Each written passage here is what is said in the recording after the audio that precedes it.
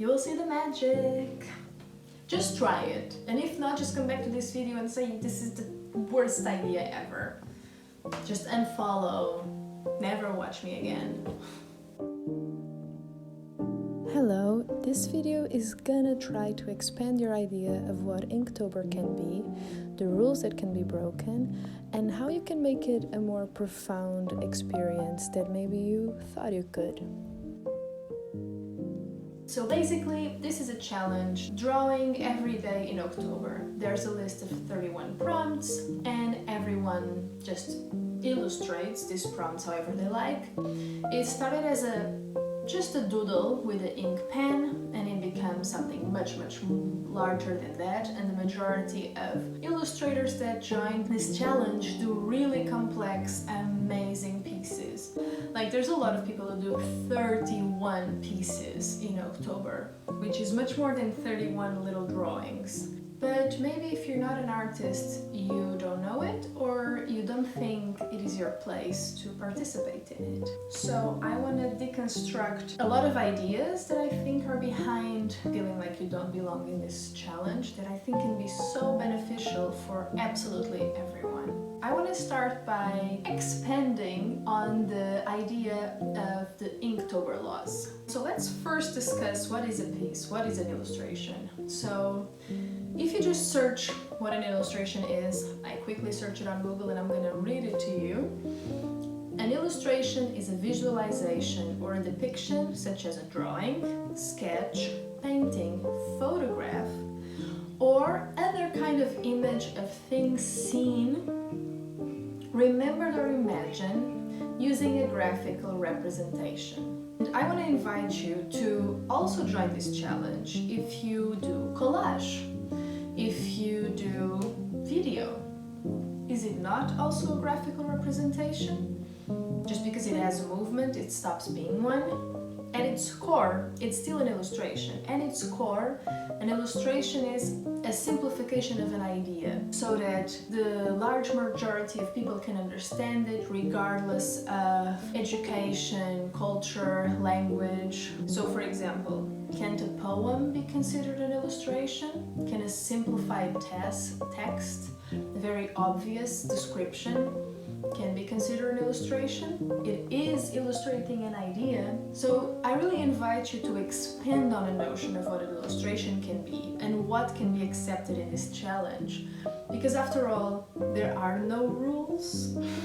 It's not illegal to do whatever you want in this particular case. And why am I telling you you should do this? First of all, to reconnect back to yourself, which is something that I do in my workshops and is something that I talk about a lot. How easy drawing exercises can help you spark this a willingness to play, to discover, to be curious about a certain topic that has nothing to do with your job, with your friends and family. It's just a little treat for yourself, just to indulge yourself. Maybe take a picture, you cut it in half. Just do something out of the ordinary, out of your day-to-day life. It's through playfulness that you connect to this inner child of yours that can lead you to your intuition. And maybe this sounds too woohoo, but just give it a try.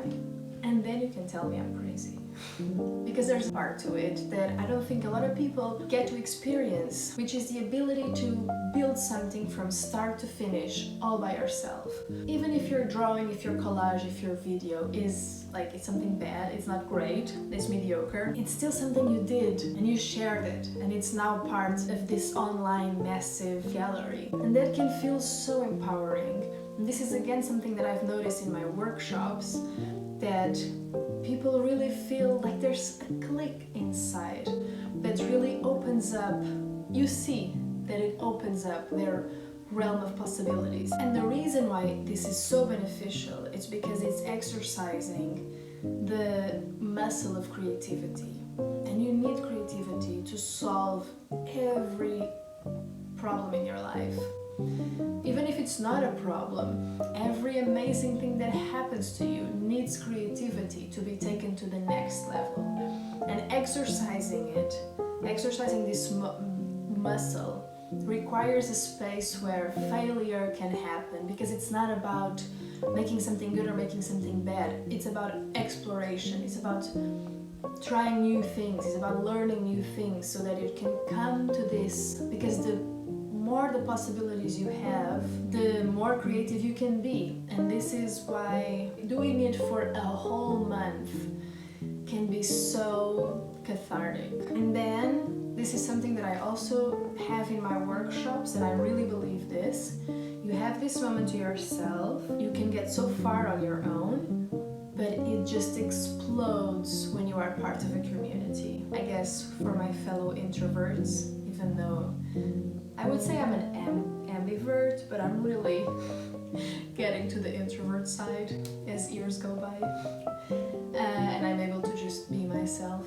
I really think in this particular challenge and in these particular communities, people really cheer each other on, and I know it sounds fake, and I used to never really believe in online communities until I really interacted with one that felt safe and inspiring, because you feel validated, you feel accepted. There will always be someone who will like your work, even if you are in like the most basic level, or if you're just an enthusiast and you just feel like drawing.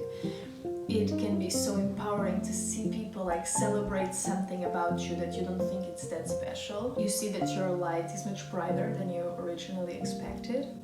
And then the fact that you can learn so much from these people. There's people doing absolutely amazing things. And instead of comparing and competing, I really invite you to get inspired, get into this curious mindset, you know, just getting into the learning mindset, the sharing mindset.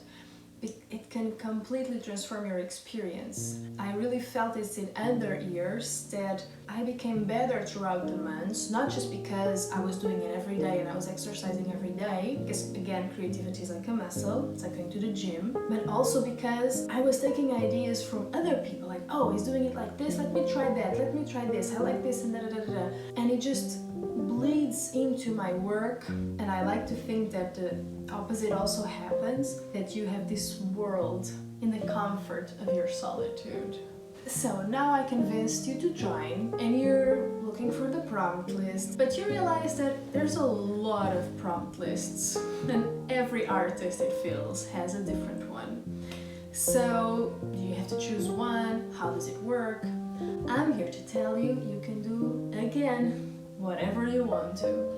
And what I usually do, which I love, is I will choose maybe 2 or 3 that really excite me, and then I just jump from one to the other, or what I try to do is mix them all together. I love when I'm able to do that, but I also don't stress myself if someday I can't. My favorite ones are Peachtober and Mab's Drawing Club, which I feel like it's basically my personality. So Peachtober is this like whimsical children books vibes, like super bright colors, cute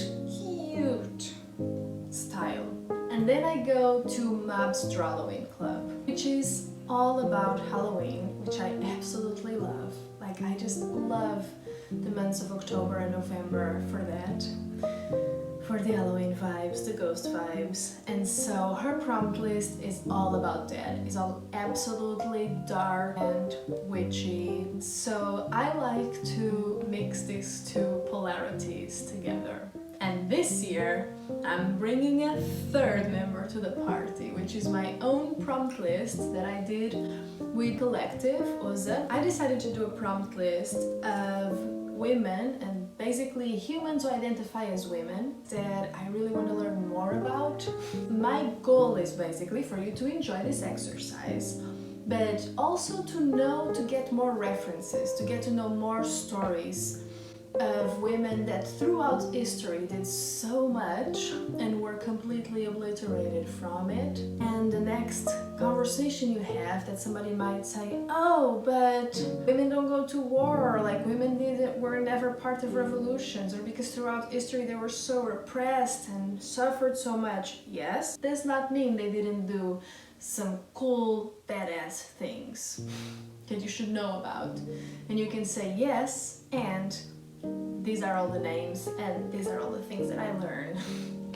and you can change the narrative, help change the narrative, you know, from a victim to survivor perspective. And so to end, I really invite you to let go of perfectionism, let go of the need to do the 31 prompts, you know. If you do 4, if you do 1, if all you can do is like and share and be a creep and watch everyone, that's enough.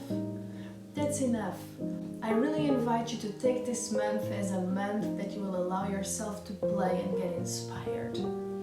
And just, this is a space, they're so rare. The world is such a dark place right now. To be honest, it is what it is. But there's light, there's pockets of air everywhere. And this is one. Use it as a place where you can feel total freedom. Even if it's just a drawing, you can feel the freedom, the liberation that it comes with play. There's no performance here. This is a moment where you can take it upon yourself to take 30 minutes every day, just for yourself, to do whatever you want. And that can really spark your creativity. If you take the pressure and you give yourself space and you surround yourself with things that really inspire, that click with you, that you really want to follow, you will see the magic. Just try it. And if not, just come back to this video and say, this is the worst idea ever. Just unfollow. Never watch me again. But I am always right. So we'll see. I really hope you join me. I invite you to watch my next video where I'll share how I'm preparing for this, because yes, I'm starting before October because 31 drawings is a lot and I want to share one every day and I want to be part of the party every day, and I will share some tips, the materials that I'm using, and yeah, how I organize to make sure I don't burn out and I really get to enjoy this time of year. Thank you so much for listening to me once again, and I'll see you soon. Bye!